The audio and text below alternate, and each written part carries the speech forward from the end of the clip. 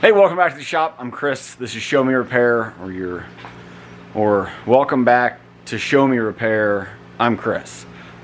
One of those. We'll get it figured out one of these days. Hey, I've got my 2013 Ford F-150 in, and we need to do an oil change. It is due. Actually, I think 1,000 miles over by my sticker and my oil light. I took my sticker off the window, and now I can't find it. It's been over a year. I think it's been going on 2 years now since I've had the oil filter bypass kit on this truck. So today we're changing the oil, the regular oil filter, and then the bypass filter as well. So I've got that. I got to do tire rotation and drain the catch cans, which I've not had to do as much lately. It just hasn't been real damp here. It's been rather dry, so I've noticed that when it's rained more and I'm driving, I'm using the truck, I have to empty the catch cans more often, which kind of makes sense. I think that's it. I think that's all we have to do. I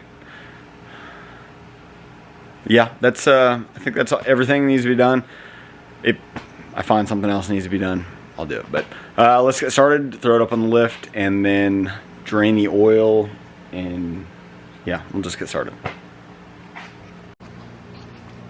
And one thing I found when looking my truck over, which is very common on these model years, actually from I think 2004 to 2014 for sure, and then maybe even the later years, but see right there where the spring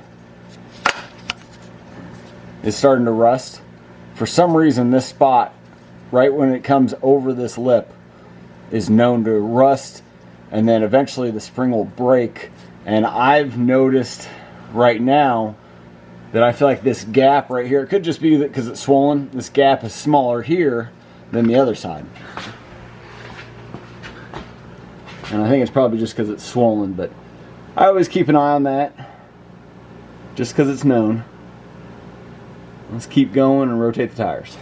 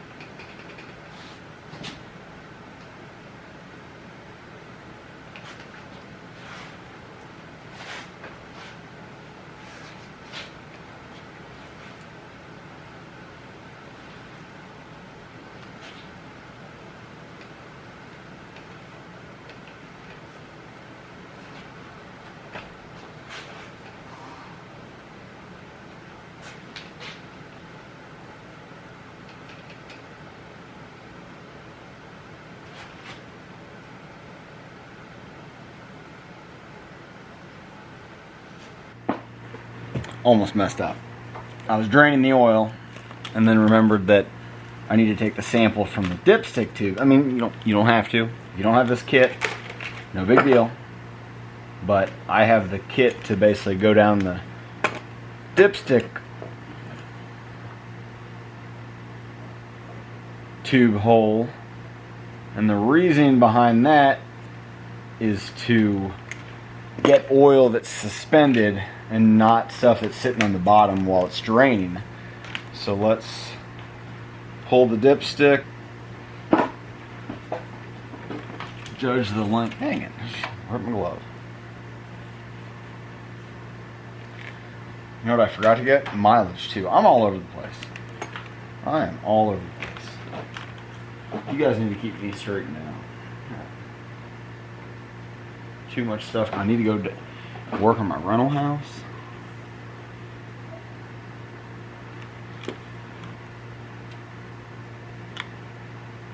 I need to do this. I need to do that. I need to change oil in my wife's car.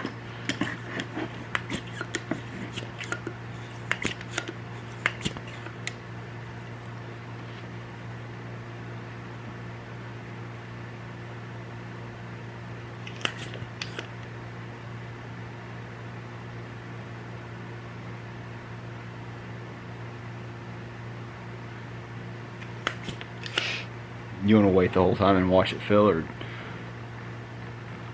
do you want me to speed it up?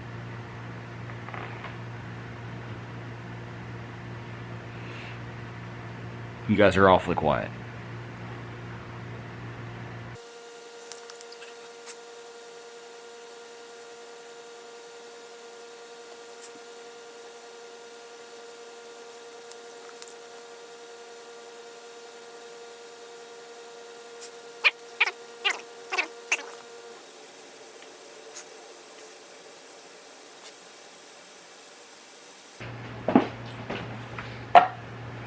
I feel like every time I do an oil change, I forget how much oil it takes. So I got 9 quarts, I think, because I knew I was changing the filter this time. Let me find a way to open this. So I already used a quart filling the oil filters. I didn't have to pre-fill them, but you know, you're there. I've got a quart of it. Might as well. So I've already put a quart in. It's either 7 or 8 quarts. For some reason I can't remember. So we'll put in. Can you guys remember? I don't know.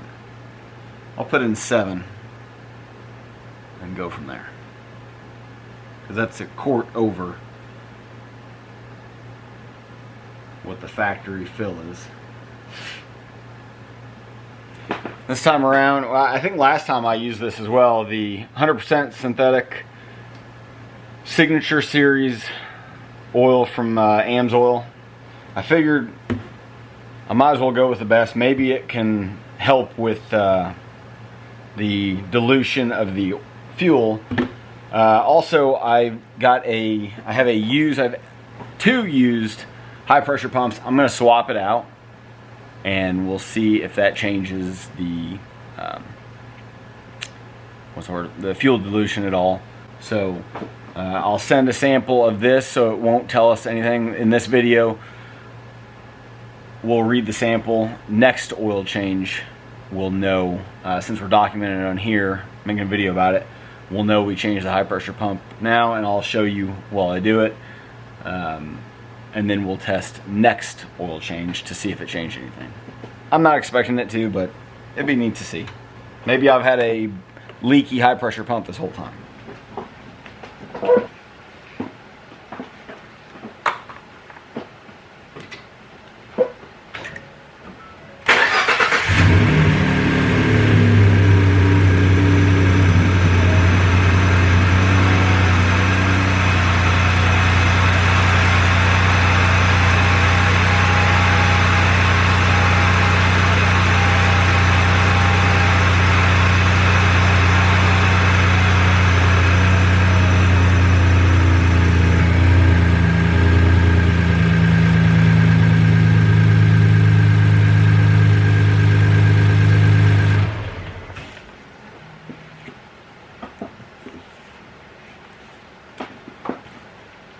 Hear that exhaust leak?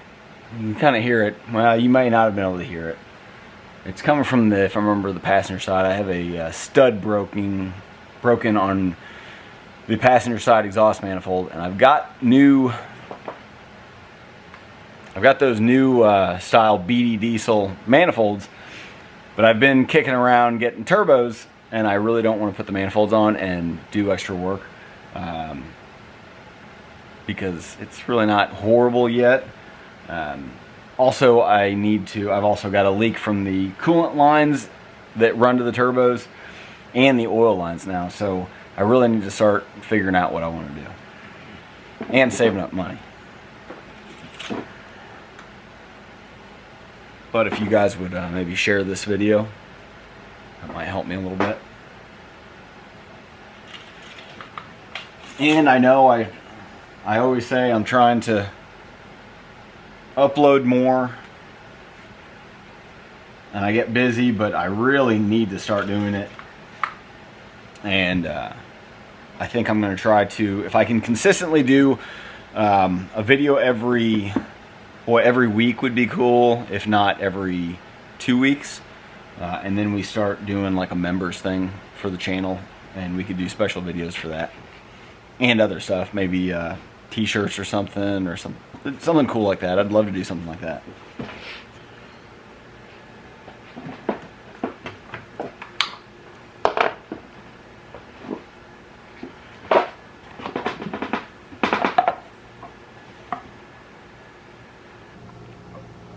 Okay, let's change out this high pressure pump. All we have there, I feel like the repair manual makes it more complicated than it is. You get the electrical connector, the supply line, and the feed line, and then the 210 millimeters, and yeah, then you pull it out and you put the new one in, and then the main thing is snug the 210 millimeters down that hold the pump down, and then tighten the feed line to the injectors or to the rail. So that's it.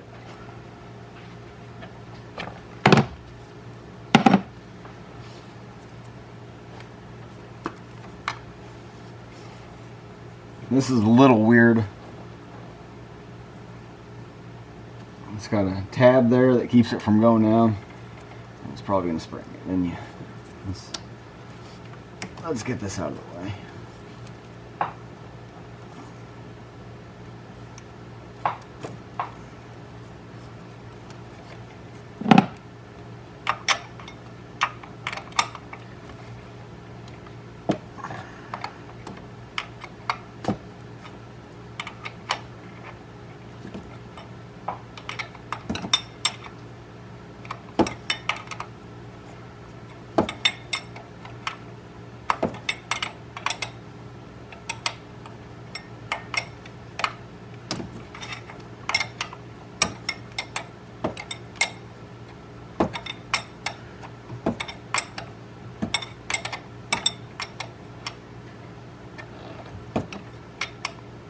I'm always weird about taking high pressure fuel lines loose. If you didn't see it, whenever I first broke that loose, it sprayed some fuel out, which is high pressure. You don't want your hands to get. But then I'm always freaked out that maybe there's a little bit left over, so I like to wrench the nut off completely, so I know that this one is either going to fight me. There it goes. There we go. Now I know that it moved itself out of the way.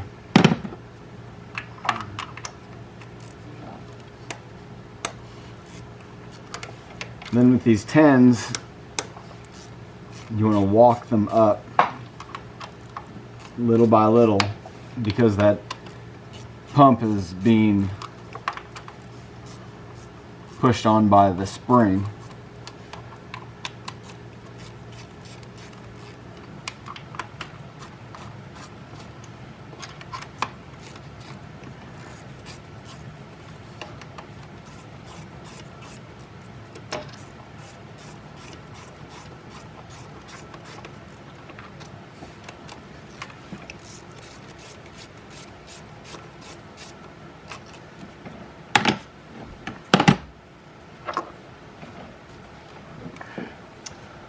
And then at the bottom of it, see if it'll focus.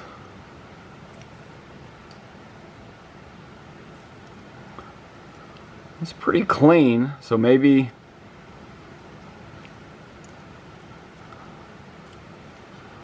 I don't know. We'll see.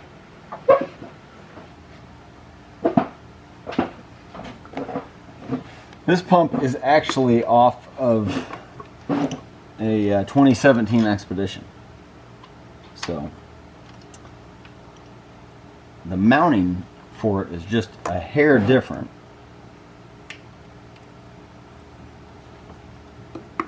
Well, really it's just the base here, so I'm sure there's probably not a whole lot different, but I wonder if something was changed.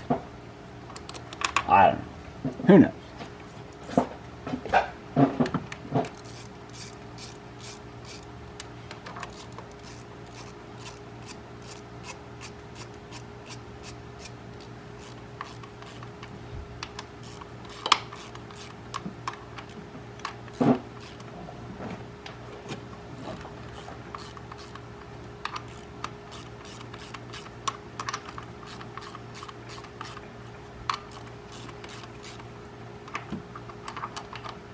Maybe it won't even run.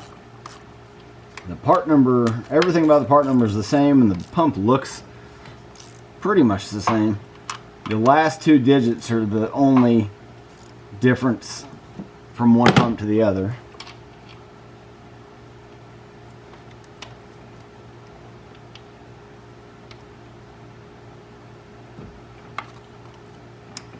Plug-in, electrical plug-in's the same.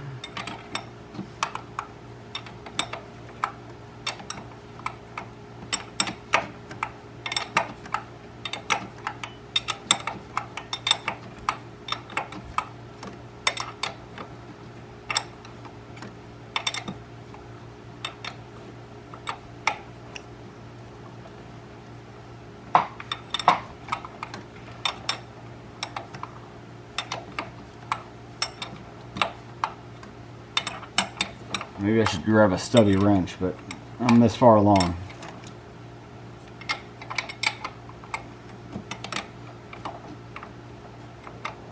Yep, okay. Let me figure out the torque to that. Hey, the spec is 24 foot-pounds. We'll see if we can hit that with this crow's foot. If we can get close and just snug it up by hand, that's what we'll do. The beeping is I'm adjusting my torque wrench. And looky there, that's going to be a pain in the ass.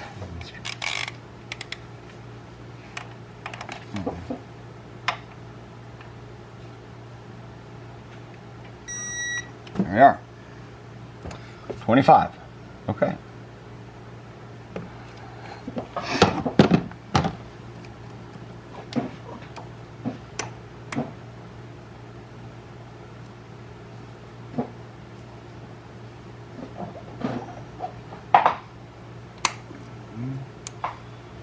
Okay, let's see if the engine starts. I don't see why it wouldn't.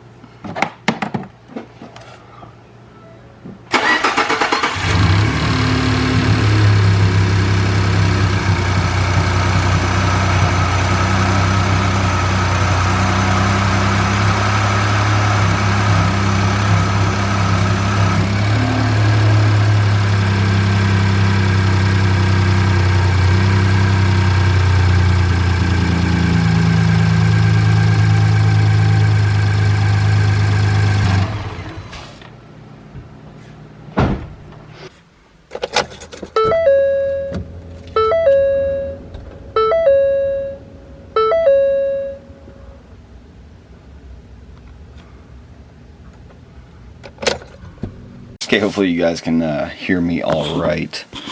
I've got my mic set up. I guess I'll listen to this at the end and find out. Being a little quiet, my son's sleeping. I'm in my office closet here, and he's in the next room over. So I apologize if, well, I'm not going to apologize because I'll fix it whenever I go to edit. Okay, so we got the oil change done and the high pressure fuel pump. So this oil analysis is not testing that high pressure fuel pump to see if that changed anything, but that will be the oil change coming up. And the truck right now, boy, I think I did this back in December, January, this oil change. When did I send it in? They received it December 18th, and I did the sample on December 15th. So yeah, this has been a while ago, but I've been really busy having a child surprisingly takes a lot of time away from things, but you know, it's definitely worth it. It doesn't last that long, and I'll get back to doing things that I'm used to doing, and maybe I'll have a little helper. So I'm going to put up on the screen now the chart of everything. What do we see here? We see number 1 was our first sample that we ever did. 2 is our second, third, fourth, and then 5 is highlighted. 5, what was it? We're good. We're good. Everything under contamination metals, under wear metals is good. Multi-source metals. Now our boron has kind of been all over the place. And let's see is there any information about boron. Okay, here I'm seeing that saying boron in an oil sample can indicate either a coolant leak or the presence of boron as an oil additive. If you have high levels of boron, I'm probably pronouncing that wrong. If you have high levels of boron and sodium or potassium, it often suggests a coolant leak. But if we look here, if we go 1, 2, 3, 4, about 6 to the left of boron, you got potassium and sodium, and those levels are low. They're not even showing up on a chart where boron is been pretty much high the whole time. Not high, but moderate, I'd say. It's saying abnormal, but I'd imagine it's the oil. It's probably an additive in the oil that AMSOIL adds. And I think, what is it, the last 2 oil changes I've done the signature series, and then our magnesium has gone up. Let's see what magnesium means. Okay, so if I look this up, magnesium can indicate various issues, including mixing with different oils, contamination, or additive degradation. Elevated levels, particularly if they deviate significantly from new oil standards, such as suggest a problem. Magnesium can also be a component of additives used for detergency and corrosion inhibition. So prevent corrosion. So I'm not worried there. We'll keep an eye on that. It has kind of been around the same. I'd guess that it's probably something AMSOIL puts in, because if we look at number 1, that was Motorcraft oil that I tested, and that was 372. And then ever since I've been using AMSOIL, it's been 564, 650, 532, and now 763. So maybe the signature AMSOIL, their top of the line, they say is high in magnesium. So I'm not too worried there. The next thing, let's go down to fuel dilution. Fuel dilution, it's still greater than 5. So we dropped down on our second oil change and our fourth, and that could have just been flukes. But then if we go to the right, our viscosity at 100 degrees Celsius, yeah, that's still not in the great area. And then now our oxidation is at a 42. Let's see what that means. See, oil analyzers here in the comment says oxidation is at a severe level. Drain interval may be overextended, or unit may be running too hot. Elevated oxidation causes acid byproducts, deposits in sludge, and can increase viscosity and wear. Yeah, let's see what Google says. Oxidation in an oil sample refers to a chemical reaction where the oil's hydrocarbon molecules combine with oxygen, typically due to heat and exposure to the air. This process degrades the oil, leading to changes in properties and potentially causing damage to machinery. So molecules combine with oxygen, typically due to heat and exposure to air. I wonder if our oil temps are getting too high for some reason. Maybe our oil cooler's not working. So maybe I'll try to add an oil temp sensor somewhere. I don't know, that'd be cool to do. I'd love to do that, to kind of monitor it, keep track. But anyway, it doesn't look like anything's drastically changed too much. So yeah, we'll just keep going. I know it's not too exciting. I wish we could see some change here, but maybe next go around with that fuel pump being changed, it will. I mean, being that it's a used pump, maybe not, probably not.